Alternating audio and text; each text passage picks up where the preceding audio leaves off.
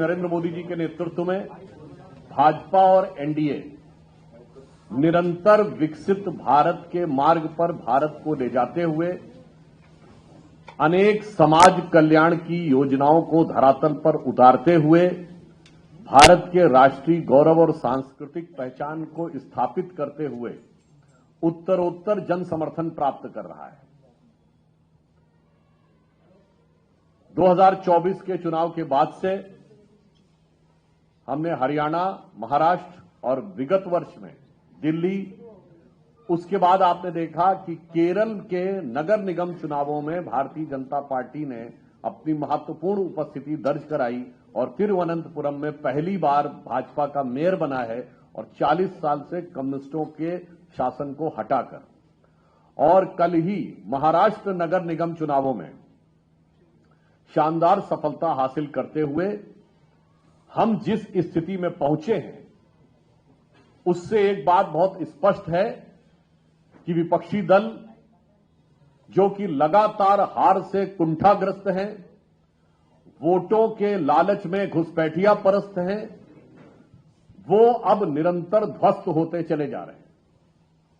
परंतु उसी के साथ इंडी गठबंधन की सरकारों का रवैया घनघोर लोकतांत्रिक विरोधी है।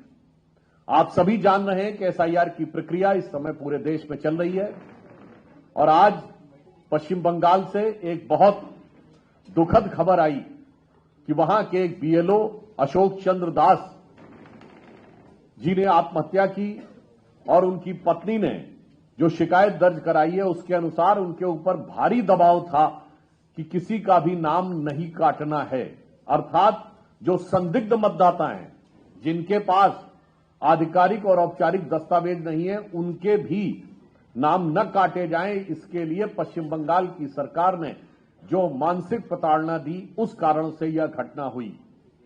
यह दर्शाता है कि स्वस्थ और पारदर्शी लोकतांत्रिक प्रक्रिया में विपक्षी दलों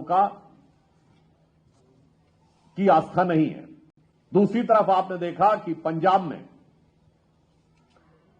अगर मीडिया ने कोई प्रतिकूल खबर चला दी तो वहां के न्यूज़पेपर्स और मीडिया संस्थानों पर जिस ढंग से रेड की गई, लोगों पर एफआईआर की गई, कार्रवाई की गई, ये अपने आप में लोकतंत्र के लिए बहुत खतरनाक संकेत है।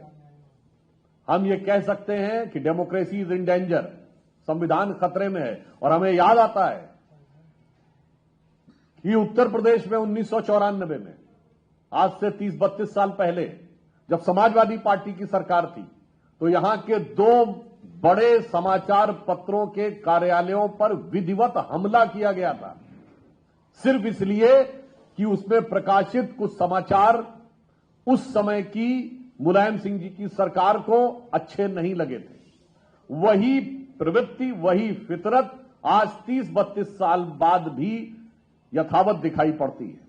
जहां एक तरफ आपने देखा कि तमिलनाडु में कोर्ट के निर्णय के बावजूद केवल एक स्तंभ के पास दीप जलाने के लिए वहां की सरकार तैयार नहीं थी, यहां तक कि न्यायाधीश को आतंकित करने के लिए उनके विरुद्ध महाभियोग लाने का नोटिस दे दिया। तो वहीं पश्चिम बंगाल में आपने देखा कि कोर्ट की सुनवाई के दौरान इतना उपद्रव किया गया कि कोर्ट को, यानी उच्च न्यायालय को, अपनी कार्रवाई स्थगित करनी पड़ी और उसने कहा ऐसे वातावरण में न्यायालय की प्रक्रिया नहीं चल सकती। और आज पंजाब की आम आदमी पार्टी की सरकार ने यह किया है। इससे एक बात बहुत साफ है कि हार की खिसियाहट और बौखलाहट में संवैधानिक व्यवस्थाओं को तार तार करते हुए आज विपक्षी दल नजर आ रहे हैं। और वो लोग, बिल्कुल सत्य है कि संविधान को अपनी जेब में ही रखते हैं और वो जेब में रखने के भाव से ही रखते हैं। परंतु इसके साथ एक और बात मैं आज विपक्षी दलों से पूछना चाहता हूं कि 2024 के बाद जितने भी चुनाव हुए हैं, ये तथाकथित इंडी गठबंधन एक के बाद एक बिखरता जा रहा है। पहली बात तो मैं यह स्पष्ट कर दूं, आप लोगों के संज्ञान में संभवतः होगा, यदि ना हो, लोकसभा और राज्यसभा में इंडी गठबंधन नाम की कोई भी चीज फ्लोर ऑफ द हाउस पे नहीं है। जैसे हमारे एनडीए के नेता प्रधानमंत्री श्री नरेंद्र मोदी जी हैं और सभी एनडीए सहयोगी दलों ने बाकायदा मीटिंग करके नेता चुनकर लोकसभा अध्यक्ष और राज्यसभा के सभापति को दे रखा है। इंडी गठबंधन ने कोई पत्र राज्यसभा के सभापति या लोकसभा अध्यक्ष को नहीं दे रखा है कि सदन के पटल पर यह एक गठबंधन है और इसका नेता अमुक है। यानी वैसे ही एक हवा में निराधार गठबंधन था। 25 में पहले दिल्ली में आम आदमी पार्टी अलग हुई, केरल के स्थानीय निकाय चुनावों में कांग्रेस और कम्युनिस्ट लड़े और महाराष्ट्र के चुनावों में शिवसेना उबाटा यानी उद्धव ठाकरे जी की शिवसेना और कांग्रेस वो भी अलग हो गए। और यह तय मानिए कि बंगाल के चुनाव में तृणमूल कांग्रेस को कोई सीट नहीं देने जा रही है और तमिलनाडु के चुनाव में डीएमके जो उनकी सबसे बड़ी सहयोगी दल है, जो मशहूर है इरेडिकेशन ऑफ सनातन धर्म यानी हिंदू धर्म को समूल नाश करने के संकल्प के लिए, वो 239 में से 1/4 सीट भी नहीं देने जा रही। मतलब आम बोलचाल की भाषा में कहें कि रुपए में चवन्नी कहते हैं ना, तो वो चवन्नी लायक हैसियत भी कांग्रेस की नहीं समझने जा रही है। और उत्तर प्रदेश की सबसे मुख्य विपक्षी दल समाजवादी पार्टी, मुझे लगता है उनके अरमानों पर जो गाज गिरी है बृहन मुंबई म्युनिसिपल कॉर्पोरेशन के चुनावों में, वो भी अपने आप में उन्हें सोचने के लिए बाध्य करती है। समाजवादी पार्टी केवल 1 सीट जीत पाई है। भारतीय जनता पार्टी का पहली बार मुंबई में मेयर बनने जा रहा है। समाजवादी पार्टी 1 सीट जीत पाई है और एमआईएम ने 4 सीटें जीती। तो मैं अखिलेश यादव जी से भी पूछना चाहता हूं कि अब उत्तर प्रदेश में इंडी गठबंधन का अस्तित्व है या नहीं, क्योंकि आपने भी उत्तर प्रदेश में उपचुनावों में कांग्रेस को कोई सीट नहीं दी थी और कांग्रेस ने भी आपको दिल्ली के चुनाव में कोई सीट नहीं दी थी। तो मैं पूछना चाहता हूं कि दिल्ली के बाद मुंबई और पटना के अनुभव के बाद लखनऊ में अखिलेश जी आपका क्या विचार है? यह स्पष्ट रूप से देश की जनता जानना चाहती है कि इंडी गठबंधन अभी है या अब वो समाप्त हो चुका है, क्योंकि आने वाले 2026 के चुनावों में भी उसकी गति दुर्गति में बदलती हुई दिखाई पड़ रही है। और अब इन विपक्षी दलों को इस तथाकथित इंडी गठबंधन के नाम पर देश की जनता को मूर्ख बनाने का भ्रामक प्रचार छोड़ देना चाहिए। और एसआईआर को लेकर अखिलेश जी के स्वयं के बयान बड़े विचित्र और विडंबनापूर्ण हैं।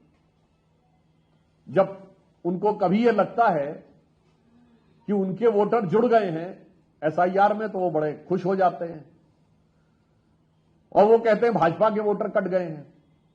फिर उन्हें लगने लगता नहीं, अब उनके वोट कट रहे हैं और भाजपा के वोट जुड़ रहे हैं। तो मैं उनसे पूछना चाहता हूं कि भाई साहब, कटे में भी आप हैं और जुड़े में भी आप हैं। ये समझ ही नहीं आ रहा है कि कहां खड़े आप हैं। तो इसलिए आज देश की जनता बहुत स्पष्ट रूप से देख चुकी है कि 2 विकल्पों के बीच में चुनाव है। एक, श्री नरेंद्र मोदी जी के नेतृत्व में सामाजिक समरसता, सौहार्द, सांस्कृतिक गौरव के साथ विकास के पथ पर बढ़ता हुआ एक भारत श्रेष्ठ भारत का विकल्प, और दूसरी तरफ वर्ग और प्रांत में बटा हुआ, उत्तर और दक्षिण में बटा हुआ, जातियों में बटा हुआ और आपस में लड़ते हुए गठबंधन के हाथ में भारत तेरे टुकड़े होंगे इंशाअल्लाह के समर्थन करने वाले और ऐसे लोगों को भटके नौजवान कहने वाले लोगों का एक बिखरा हुआ विकल्प। तो आज देश की जनता को तय करना है, निखरता हुआ भारत देखना है या बिखरता हुआ भारत देखना है।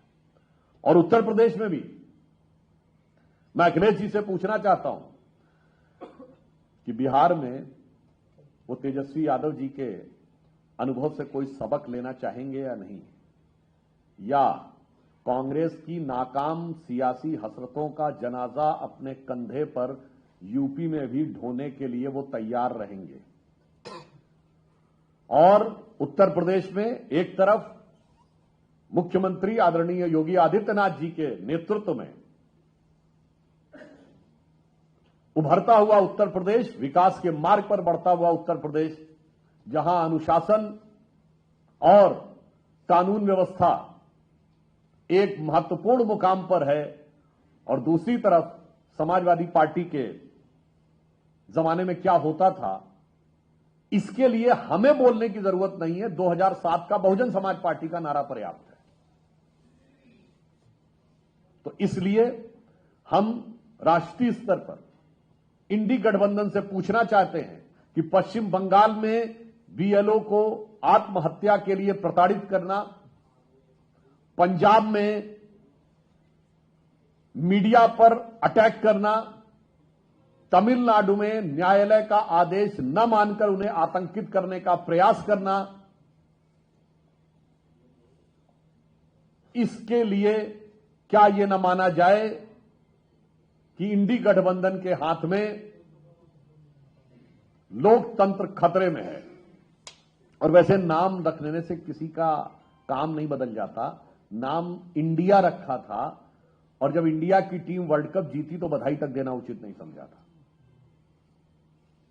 और अखिलेश यादव जी ने भी भारतीय टीम के कप्तान सूर्य कुमार यादव को भी बधाई देना उचित नहीं समझा था। तो इसलिए प्रदेश स्तर पर हम अखिलेश जी से पूछना चाहते हैं कि अब इंडिया गठबंधन का उत्तर प्रदेश में अस्तित्व है, या वो कुंठाग्रस्त घुसपैठिया परस्त होकर ध्वस्त हो चुका है।